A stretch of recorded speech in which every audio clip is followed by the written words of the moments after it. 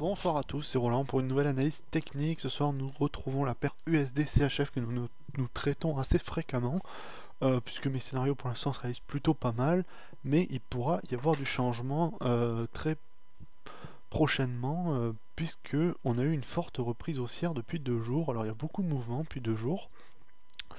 Donc depuis, alors là c'était le 15, donc c'est aujourd'hui, et le 14, donc depuis le début de la semaine on a une grosse reprise du dollar.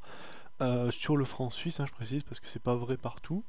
Euh, donc forte reprise, mon scénario USD CHF globalement était plutôt baissier, alors j'explique rapidement pourquoi.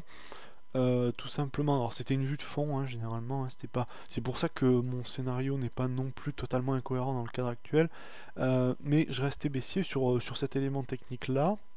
Alors je pense qu'on va dézoomer encore un petit peu pour le revoir. Voilà, donc trend baissier général sur l'USD CHF avec un pullback ici et une reprise baissière derrière qui trace d'ici cela. Et dans cette reprise haussière de correction, on avait eu un petit canal qui s'était formé comme ceci, qui avait été franchi par le bas, et on avait eu un nouveau pullback à cet endroit-là pour une nouvelle reprise baissière. Donc mon scénario restait baissier, disons, je pense, je devais être en dessous de 0,80, en tout cas au moins jusqu'à 0,85, je pense que j'étais baissier.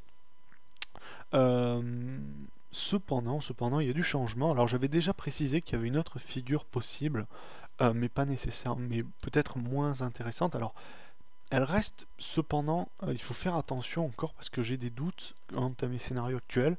C'est pourquoi je pense que sur l'USD CHF il faut être aujourd'hui extrêmement prudent. C'est qu'on a une ETE que j'avais identifiée et pour laquelle je pensais sérieusement qu'elle était d'une certaine part moins valide étant donné les fortes errances qui constituaient sa tête, puisque c'était vraiment de la volatilité pure et dure. Mais finalement ça a l'air de... Il y a une possibilité pour que cette figure se réalise. Donc là, c'est vraiment, on est vraiment dans la dualité de deux figures chartistes qui s'opposent, mais elle est pas si mal tracée que ça. Alors on avait une épaule ici, une tête bien sûr ici, et une autre épaule située par là, disons. Elle est inversée, et alors je vais supprimer deux trois petites choses histoire que ça soit plus lisible. Et la ligne de coup est ici baissière dans une tendance baissière, disons. Pour une ETE inversée, il n'est pas nécessaire que la pente soit nulle, c'est-à-dire que la droite soit plate. Il faut juste qu'elle soit dans ce sens-là, c'est-à-dire qu'elle soit pas comme ça, quoi.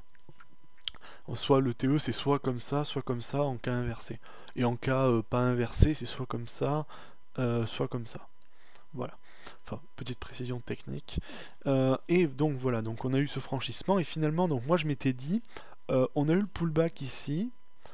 Finalement, on est arrivé là-haut, ça n'a pas marché, c'est reparti à la baisse, donc reprise baissière, donc figure invalidée, puis c'est parti. Cependant, on n'est toujours pas passé sous cette ligne de coup, qui reste quand même un modèle dynamique assez efficace pour l'instant, et de surcroît, euh, on a une formation d'une nouvelle figure chartiste au sein même de toutes ces figures, qui est un biseau. Alors biseau simultanément réalisé entre la ligne de coup, en fait vous voyez, entre la ligne de coup et une droite de résistance nouvellement créée, et on est sorti à la hausse de ce biseau. Donc comme je disais, je pense pas que mon scénario baissier général soit nécessairement incohérent. Cependant, alors ça va dépendre énormément, donc là mon scénario est grandement sujet à caution, d'une part parce qu'il y a une dualité, puisqu'il y a une ambivalence créée par ces deux figures, et d'autre part il y a des chiffres US, donc qu'est-ce qu'on va voir cette semaine? On va voir demain, je crois qu'on a le indice des prix à la consommation américain, donc ça c'est très très grosse news, et il y a aussi l'indice prix euro, donc l'euro-dollar, il va y avoir des trucs à faire demain, ça va beaucoup bouger parce qu'aujourd'hui l'indicateur, disons l'indicateur de conjecture, c'est pas nécessairement la croissance, mais c'est plus l'indice des prix, puisque surtout, et surtout d'autant plus aux États-Unis, parce que l'indice des prix reflète la consommation, puisque plus on consomme, plus la demande en biens augmente, plus le prix des biens augmente, donc plus le prix de la consommation augmente. Et vu que l'économie américaine, donc le PIB par l'approche à la demande, est composé à plus de 70%, même 75%, je crois, même peut-être 77% de la consommation, donc dans toutes les richesses produites annuellement aux États-Unis, 77% viennent de la consommation. Donc ça veut dire que si l'indice des prix a baissé, ça veut dire que les gens ont soit qu'il y a une surproduction industrielle, ce qui paraît assez peu probable, ou une surimportation, ce qui paraît peu probable aussi, puisque elle est nécessairement appelée par une consommation accrue, soit qu'il y a une baisse tout simplement de la consommation. Et une baisse de la consommation, c'est très très très très mauvais aux États-Unis, comme on l'a dit, puisque ça impacte énormément le PIB, la croissance. Finalement, c'est un indicateur avancé de la croissance dans ce cas-là. Ce qui n'est pas nécessairement autant le cas en Europe, puisqu'en Europe, enfin en zone euro, hein, je précise, parce que le Royaume-Uni est axé sur le modèle américain, qui est donc très fortement en consommation. Les Allemands et les Français sont plutôt autour de soit 57, entre 55 et 60% de dette, enfin de consommation, et c'est globalement réparti comme ça pas en Union Européenne justement, mais en zone euro. Donc là, l'indice des prix est moins important. Cependant, la situation conjoncturelle de la zone euro est bon, d'une certaine manière plus critique que celle de la zone des États-Unis, puisqu'il n'y a pas un effet monétaire accru par la BCE, alors que la Fed imprime des billets et diffuse de la liquidité pour relancer la machine. Étant donné qu'on ne le fait pas, il y a un gros risque déflationniste, c'est-à-dire que si les prix se mettent à baisser, baisse des prix, c'est forcément baisse des marges des entreprises, baisse des marges, baisse de l'emploi, enfin la totale, et ça continue. Donc il faut vraiment que... Enfin, disons qu'aux États-Unis, c'est fondamentalement et d'un point de vue purement technique important que l'IPC remonte pour avoir une favorisation du dollar. Autant pour l'euro, c'est plus une question subjective qui va plutôt être portée sur l'investissement et sur la spéculation, parce que l'effet serait moins dur d'un point de vue purement technique et mécanique, mais une baisse de la consommation en zone euro serait vraiment critique dans la mesure où la croissance on est déjà en récession en zone euro, enfin au moins en prévision. Donc à partir de là, si ça continue, si ça s'enfonce d'autant plus, ça sera beaucoup plus grave. Donc ce que je dis, c'est pour que l'euro... Alors d'autant plus qu'à la fin de la semaine sur l'USD, il y aura donc à regarder aussi pour l'USD CHF, hein, parce que ce sont deux indicateurs importants cette semaine, on a l'IPC et l'indice des consommateurs du Michigan qui vont ensemble, donc ce sont les deux très gros indicateurs, l'indice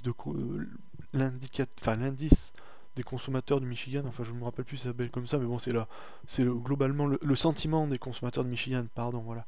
Le sentiment des consommateurs de Michigan, c'est très important puisque à la fois ça reflète encore la consommation, donc l'idée que les ménages ont de la consommation, donc si à la fois, disons que si à la fois dans les deux sens ça va bien dans les deux cas ou que ça va mal dans les deux cas, on aura soit une très très forte hausse du dollar, soit une très très forte baisse. En tout cas, ça va vraiment impacter les cours pour cette semaine et ça sera cruellement déterminant. Alors pour revenir à un point technique et à la paire USD-CHF, même si on y est relativement, mais je parlais un petit peu de l'euro-dollar puisque je comptais pas faire une analyse des deux mains là-dessus pour en parler. Puisque j'en ai fait une déjà et il n'y a pas grand chose qui a bougé depuis. En tout cas, voilà, là je parle un petit peu de l'euro à côté. On a une reprise haussière sur l'USD-CHF, donc ce que je disais, on est sorti de ce biseau. Et pour moi, alors si on suit les objectifs de l'ETE, mais pour moi ils ne sont pas réalistes dans la mesure où elle n'est pas bien tracée d'une part, et d'autre part, la fin est vraiment d'une volatilité accrue. Je pense qu'on peut sortir, on peut avoir un scénario haussier sur l'USD-CHF à court terme, alors sous réserve, comme j'ai dit, des indicateurs économiques qui vont sortir, parce que si le dollar, si l'indice des prix baisse et le sentiment des consommateurs des machines baisse, on n'aura pas une hausse du dollar, il faut en être certain, ça c'est sûr et certain, ça va pas partir à la hausse derrière ça, hein, parce que ça sera vraiment beaucoup trop béton. D'un point de vue technique, on n'est pas beaucoup passé au-dessus du plus haut, mais on y est quand même passé sur le SDCHF. Mais il reste pas mal de zones de plus haut, donc il y a une zone assez hétérogène en résistance ici, qui peut bloquer l'USD-CHF. Donc moi ce que je pense qui va plutôt arriver, serait plutôt qu'on pourrait avoir une accélération puis un pullback, mais je serais plutôt favorable, sous réserve, encore une fois je le dis, je le répète pour pas qu'on m'attaque là-dessus, sous réserve des indicateurs qui vont sortir, mais d'un point de vue technique, je serais plutôt pour un scénario haussier sur l'USD-CHF, vu la reprise haussière qu'on a eue et vu la figure technique qu'on a. Donc si on trace la balançoire, on a à peu près, on a une petite marge, alors on passe un petit peu au-dessus de ces zones-là, on arriverait vers au-dessus de 0,95. L'objectif d'un biseau, généralement, c'est le retracement total, donc c'est d'aller chercher vraiment cette zone-là, autour des 1, en fait, autour de la parité. Qui est un chiffre rond aussi d'autre part, et qui est mon seuil clé, donc ça veut dire que tout simplement mon scénario global n'est pas nécessairement à remettre en question, à part si on suit les objectifs de l'ETE, mais mon objectif, disons, pour moi, il y a une possibilité pour qu'on ait un scénario comme ça. Alors, j'essaie de le tracer. Un scénario comme ça, reprise jusque-là, puis potentiellement à nouveau, là on aura forcément une très très grosse zone de résistance sur ce niveau-là, peut-être derrière une reprise baissière, mais je préciserai, on pourrait aussi avoir une reprise haussière dans la foulée, qui conviendrait aux objectifs de la tête inversée, l'épaule tête-épaule inversée. Voilà, donc mon scénario est donné, il est incertain mais plutôt haussier sur le court terme. Sur le moyen terme, il n'y a aucune évidence sur l'USDCHF, et même sur le court terme, puisqu'on a des annonces importantes dans la semaine, qui sont potentiellement... qui risquent d'avoir un impact très important, disons. Et après, eh bien, je pense que là, on est vraiment dans la spéculation, et que la paire USDCHF va plutôt se trader à court terme. Et sur des pullbacks, là je pense que si on entre maintenant, c'est potentiellement assez dangereux. Voilà, j'espère que cette vidéo vous aura plu et je vous dis à la prochaine.